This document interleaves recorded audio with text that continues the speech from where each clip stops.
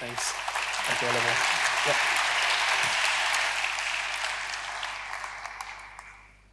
All right. Hopefully you can hear me. Yep. Are we having a good time so far? Yep. Just look at the person that you're sat next to and just ask them, are you having a good time? Just do that for a bit. All right, sounds good. Thanks for the introduction, Oliver. So my name is Marvin Ngoma. I'm a senior solutions architect, part of the global security specialist team here at Elastic. I've been at Elastic for about 17 to 18 months, I think.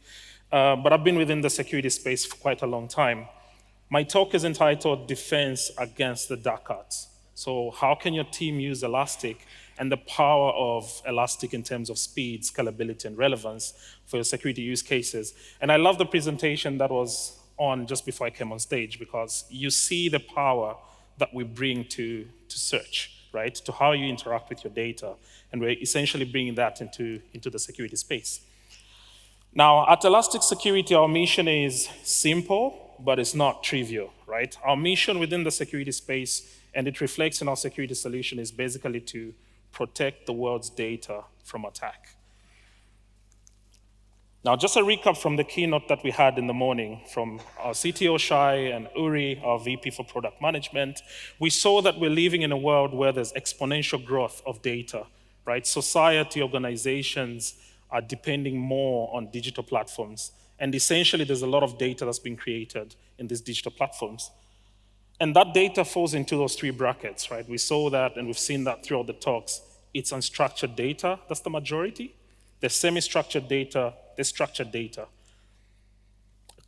And we see that organizations want to interact with this data. First of all, they want to collect this data, right? And we know that collecting data can be done in many ways. So we need a platform that allows us to bring that data using different methods. And then that data needs to be searched on, it needs to be analyzed. Again, speaking about that speed and that scalability. And then you want to visualize that data, right? And that's where the value is, really, right? We need to answer questions in terms of what's our data telling us. And that's where Elastic Security fits in as well into this story. Security today is data-driven, as we will see in my presentation. And the Elasticsearch platform pretty much falls in nicely into this whole conversation of data-driven security, right? And we build our security solution on the foundations of SIEM. We've heard this throughout the day today, and it only makes sense, right? We're bringing that power of Elasticsearch into the security story. But collecting data for security analytics is not the only thing that we're doing. We add in endpoint security capability, because when you really think about it, our critical data resides on an endpoint. Be it on-prem, be it in the cloud, that critical data is on the endpoint, and essentially a lot of the critical applications that are powering our organizations are residing on the endpoint. And one of the things Elastic is really good at is monitoring the trends from an adversarial point of view. What are the attackers doing in our organizations? And we see that the endpoint is still a very critical point of interest for the attackers. And that's why we give you endpoint security, giving you that preventive capability, right? Stopping things like ransomware and malware on the endpoints themselves. And then we're talking about cloud. Now, for a long time, we've been saying cloud is the future. But when you really look at where we are today, that future is already here. Organizations are adopting cloud. We're on this journey to the cloud, or some organizations are starting out natively in the cloud. And cloud brings its own security challenges. So Elastic Security essentially is unifying SIEM capabilities. We're now talking SOAR capabilities, XDR, endpoint security, cloud security, all within one platform. We like acronyms in security, and you can see that Elastic Security has actually brought in a lot more of the acronyms. Okay, so Elastic Security is also about modernizing security operations. And what exactly do we mean by this, right? It's about moving beyond the traditional security, where you write a block list, where you respond to a single alert without really getting that context that you may be looking for in your data. We're going beyond that. And we're seeing also that attackers are innovating in the way they're coming into our environments, right? Some of the things, some of the services, some of the software that we've trusted for a long time is being used as avenue for some of these attacks, right? And there's this evolution of these attacks, and we're trying to modernize that through some of the defense capabilities in our product.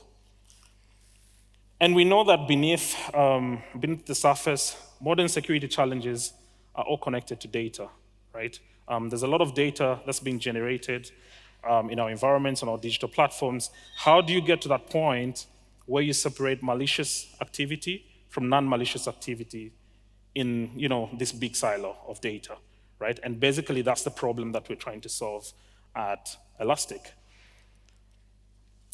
Now, when you look at security operations for the modern enterprise, this enterprise that's undergone digital transformation, there's 5 tenets that the modern enterprise is looking for. First of all, that openness and that transparency, right? Security is related to risk in our environments. And really, when you're going to invest heavily in a certain product from a certain vendor, one of the things you want from that vendor is essentially transparency and openness, right? They're selling you a bunch of detection capability. How are they implementing that detection capability? What's the logic that's driving that detection capability? And then the second aspect is that of analytics-powered capability in the security solution, right? Where you're able to answer the questions that you have as and when you need answers to those questions, right? Being analytic-powered regardless of that data volume size, which leads me into that speed and scalability, right? The speed with which you interact with your data. For those of you that work with incident response, for those of you that have worked on really critical cybersecurity incidents, you know that in the moment, there's a lot of stakeholders asking questions. And you need to find answers to those questions really quick, right? The last thing that you need is a query that's going to run for 2 hours because you don't really have that time. So we're talking about that speed and scalability. And then that automation, right? Being able to automate how we're collecting data and how we're enriching data that's relevant to security. An alert fires, there's host names, there's usernames, where those users in our environments, what are some of the reputations associated with the data that we're seeing in our environments? These are questions that we answer on a regular basis, and essentially what you want to do is to be able to automate some of these processes. And lastly, but not the least, customers or organizations today are asking for multi-cloud native solutions, right? Cloud is here whether you want it or not. The world will be using cloud. It just depends what form of cloud you're going to be using. Is it public cloud? Is it private cloud? Is it hybrid cloud? Is it community cloud? Cloud is just not where your data is residing. Cloud is a concept, right? It's a technology, but also it's a mindset shift into how we're implementing systems in our environments. So these are the security operations expectations for the modern enterprise today. What is Elastic doing about those 5 tenets? The first one is that of open and integrated. We've built this into our fabric, right? We've got what we call the source code at Elastic, basically our organizational values, right? The reason why Elastic exists. And we put this into our product as well. In the security solution, what do we mean when we talk about open and integrated? We were one of the first SIEM platforms to actually publicly make available our detection repo, right? So you can go on GitHub today, all the 700 plus rules that we have on our SIEM, you can see the logic that's behind those detection rules.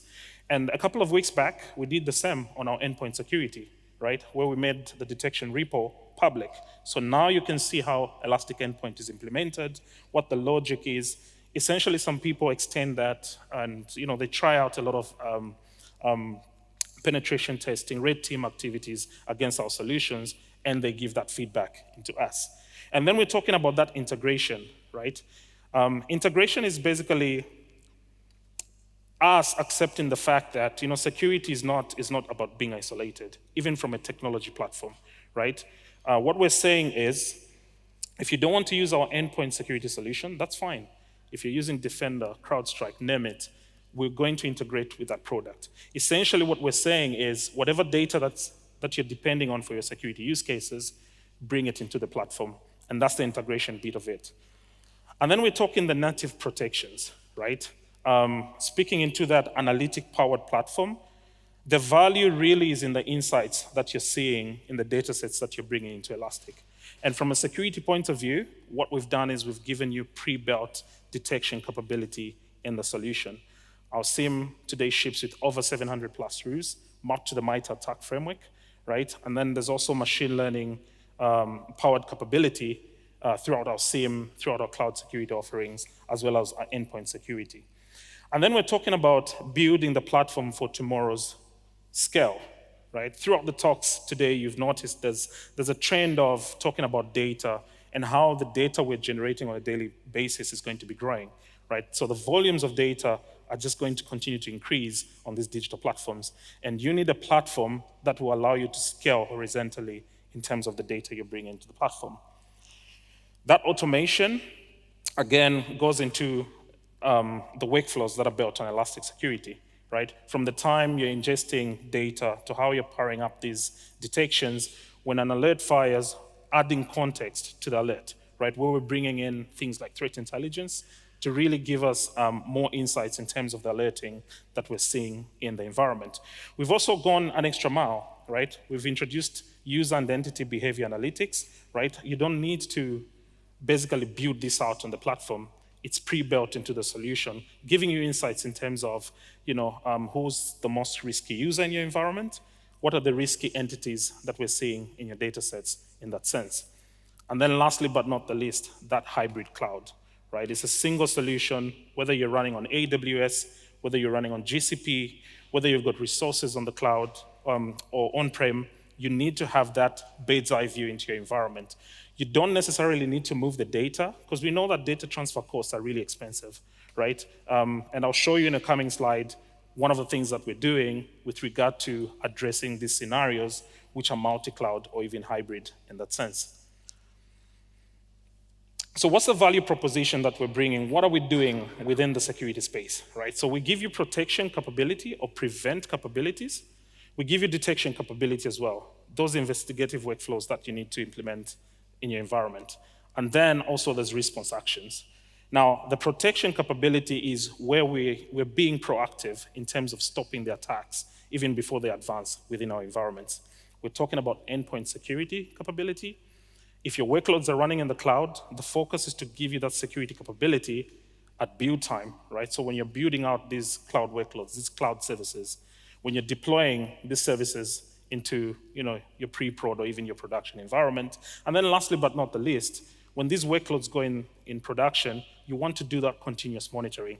And this is where we do that cloud workload monitoring and protection. Now, depending on who you're listening to, they'll tell you 70 to 80% of cloud runs on Linux, right? You look at the Kubernetes of today, you look at a lot of these platforms that we're using for cloud, they're powered up by Linux. And this is where we've gone into the cloud posture management, right? Looking at those workloads, what processes what configurations are you running on those platforms? And then are those configurations adhering to certain benchmarks, right? We're talking things like the CIS benchmarks. Soon we will be venturing into the NIST benchmarks with regard to how you're supposed to configure these cloud environments. And then I mentioned endpoint earlier on. The endpoint is still a very critical asset within our environment. It's still a huge target by attackers. And from an endpoint point of view, what we give you is that next generation antivirus capability, right? Stopping things on the endpoint themselves before they actually go to the rest of the environment. And then we're talking about endpoint detection and response, that EDR capability, being able to collect telemetry in terms of what's going on the endpoint, and then being able to take response actions on the endpoint, but from the Elastic user interface. So it's protect, investigate, and respond. And this makes sense, right? Because when you really think about it, security today is at a point where it's not a matter of if, but when something bad happens. So what you want to do is start with the protect, be proactive in terms of your protections, and then if there's a breach, or if you really want to get context in terms of what's happening within your environment, you need the platform that allows you to do your investigations, right? Build up the scope of what's going on from an incident point of view. Collect that evidence. Have somewhere where you can actually collect this evidence and then document it and then conclude it actually with that response capability. And then let's talk multi-cloud and hybrid scenarios, right? I said customers are either moving to the cloud or they're natively starting out in the cloud. And the scenario that we're having is you might have assets running on the 3 major cloud platforms, for example. And then you can still have your on-prem data center. you still need that visibility into all these environments. How do you do it? Do you set up a central place in one of the cloud platforms and move all your data there? Or do you set up that central management place on-prem and then move the data to on-prem? Regardless of which solution you go with, if you're going to be moving data from one place to another, it's going to be expensive. So what we've done at Elastic is we've given you cross-cluster search. Now, this is a very powerful concept because essentially what you can do is do these federated searches. So for example, if I'm running services on AWS, I'm running services on GCP and Azure, I can set up Elastic in one of the cloud platforms, and then I can run these federated searches against the data at its locality, right? The only thing that I'm bringing into Elastic essentially is the results into those queries. And that's really super powerful, right? Because then we can have that visibility, we can run our detection rules against these data sets and get those results in one place without really moving the data. And when you add in the automation capability on how we do the response actions, you can now take these response actions and automate these workflows from a central place, again, without really moving the data. So what's new in Elastic, right? We've made huge investments into cloud security. If we go months back, just a couple of months back, Elastic didn't have cloud workload protection, right? So I'm giving you that endpoint type of protection on your cloud workloads. That was not there. We've hugely invested into the cloud security space. And then we're talking the cloud security posture management, right? We started off with Kubernetes, comparing it against the CIS benchmarks. But now what we're doing is we're going for the major cloud service providers, right? Your GCPs, your AWSs, and Microsoft Azure. So essentially what we're saying is when you configure your environments for whatever business use cases you have in there, we will come in and then do an automated check in terms of, are your configurations abiding by certain security standards, right? Are you opening the right ports, right? Are your APIs secured according to the expected benchmarks and things like that? And then we're talking SOA. Now, I did say security uses a lot of acronyms. SOA is one of the buzzwords in the industry today. So SOA is basically security orchestration, automation, and response, right? Being able to create these automated workflows, right? Orchestrating them, and then having automated responses as a result of these workflows. So what we've done at Elastic is, as part of the response actions, we've expanded on this SOA capability. Today on alert fires, you can get automated context with regard to some of the artifacts that are associated with the alert itself. You can also create these workflows that are automated. So every time an alert fires, it can do things like automatically, sending you a notification on Slack if you want to. And we've extended that with native integrations with the broader ecosystem within the SOA space. And lastly, but not the least, we're talking that threat intelligence. Now, for those of you that collect threat intelligence, you know that it can be a lot of data, right? It can easily get out of control. Threat intelligence is important because you want to know reputations about certain attributes of the data that you're collecting. We're talking your IP addresses, we're talking your file hashes, we're talking URLs, domains, et cetera, right? You want to get extra information, metadata from intelligence, and power it up. Right? If someone is making a network connection in your environment, you want to know if a destination IP has been observed to be doing malicious activity. Now, Elastic has got integration into commercial threat intelligence, open source threat intelligence. We also allow you to bring your own internal threat intelligence into the platform. We speak REST API. But now what we've done in 8.5 is we've given you a curated view into your threat intel, right? Because again, threat intel can be a lot of data, and you need a way to analyze that data. When you're doing your investigations, sometimes you want to do a correlation if you've got 3 or 4 threat intel sources into the platform.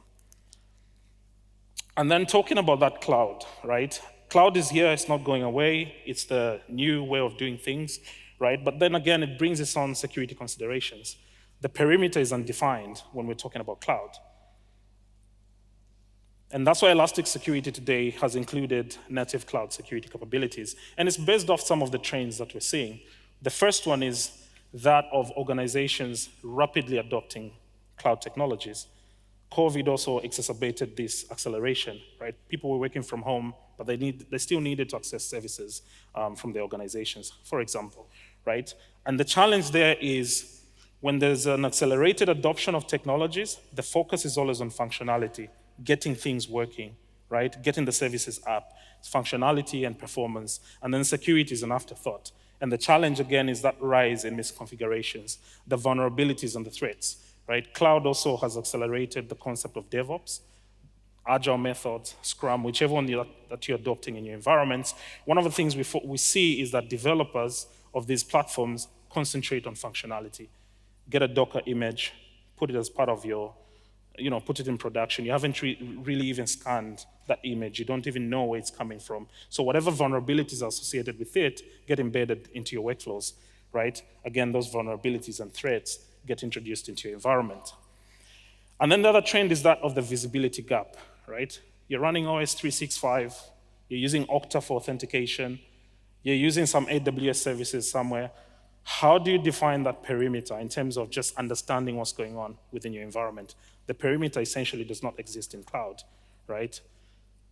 And those are some of the questions we're trying to answer, right? What are my assets? How can I know what to protect? How should I respond? And this is exacerbated with the concept of that shared responsibility model that we have with the cloud service providers, right?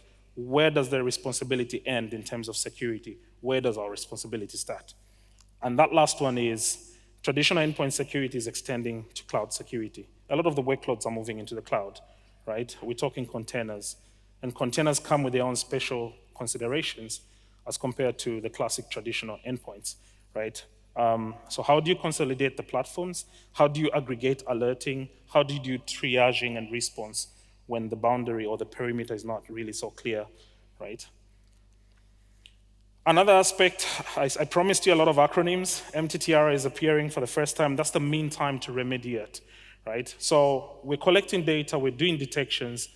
When an alert fires, there's certain steps we need to take, right? We need to, first of all, do a triage.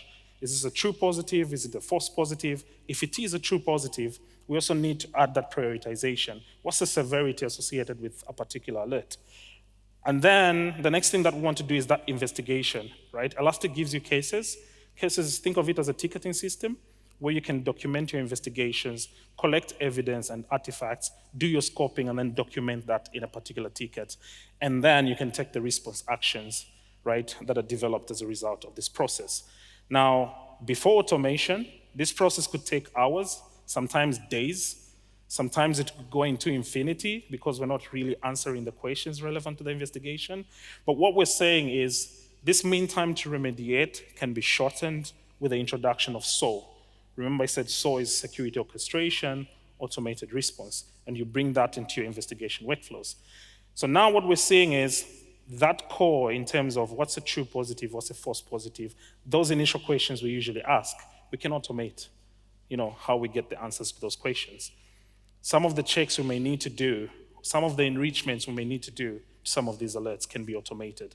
And essentially, what you want is the human being to just come in and make a call as to what needs to happen from an incident response point of view. So automation really brings in that reduction in terms of the investigation time that we want to have in our environments. And essentially, if you attended the keynote speech from Uri, what we're trying to do also is to reduce the dwell time, right? The time the attacker is present within our environment. And then we're talking about automating actionable threat intelligence. Like I said earlier on, threat intelligence can be so much data, right? And sometimes it can lead to just fatigue. There's already alert fatigue in the security operations space, but now when you're receiving, a lot of threat intelligence, a lot of information, metadata about the attacker, that can end up being overwhelming as well. So what we're trying to do is make it as easy as possible for you to really ingest this data, right? You need, first of all, to identify and analyze threat intelligence based on the organization needs, right? What are your organization needs with regard to some of the threat intelligence that you're collecting? And then the next thing is you need to investigate and understand, some of the TTPs you're receiving, the tactics, the techniques, and procedures that are being observed in that threat intelligence. You need a platform that allows you to aggregate, analyze, and also make sense of the threat intelligence that you're receiving and essentially share this information to the relevant stakeholders within your organization. All right, this is a call to action. You need to see the product I didn't have a long session. I would have loved to do a demo. I love to do demos, but I'll leave it for my colleagues. So there's a lot of my colleagues out there that are doing demos in the demo pads. Please make time to pass through, ask any questions, and see the product in action, right? So some of the next steps, there's going to be a talk by Adam Barton at 4:30, I believe. Now, Adam has got a very interesting use case because he's one of our first users of Elastic Security that has actually automated a lot of his workflows, right? And I'm looking forward to his talk because it's easy for a vendor to come here and say we do automation, but it's actually nice to see a customer that's actually implemented a lot of these automations. And what Adam has done with his SOC team is really super amazing. So if you can, please attend that session. I believe it's at 4:30. But essentially, they've built their SOC on Elastic, and they're using a lot of automation in that sense. You can go to our website and also see the SIEM Buyer's Guide for a modern SOC, where we're bringing context into what we're calling the modern SOC. How do you get started? What are the capabilities you expect on Elastic? And essentially, how can you implement these capabilities on Elastic? And then also speak to your local Elastic seller or partner, right? There's a lot of sellers from Elastic today. There's a lot of us, solutions architects, the more technical people. Please make use of this time. Talk to us. If you've got interesting security use cases, please feel free to talk to us. And we've got our partners present as well, so please talk to your partners about those security use cases. And with that, I think I give you 3 minutes, Oliver. Thank you very much. Thank you. Thank you.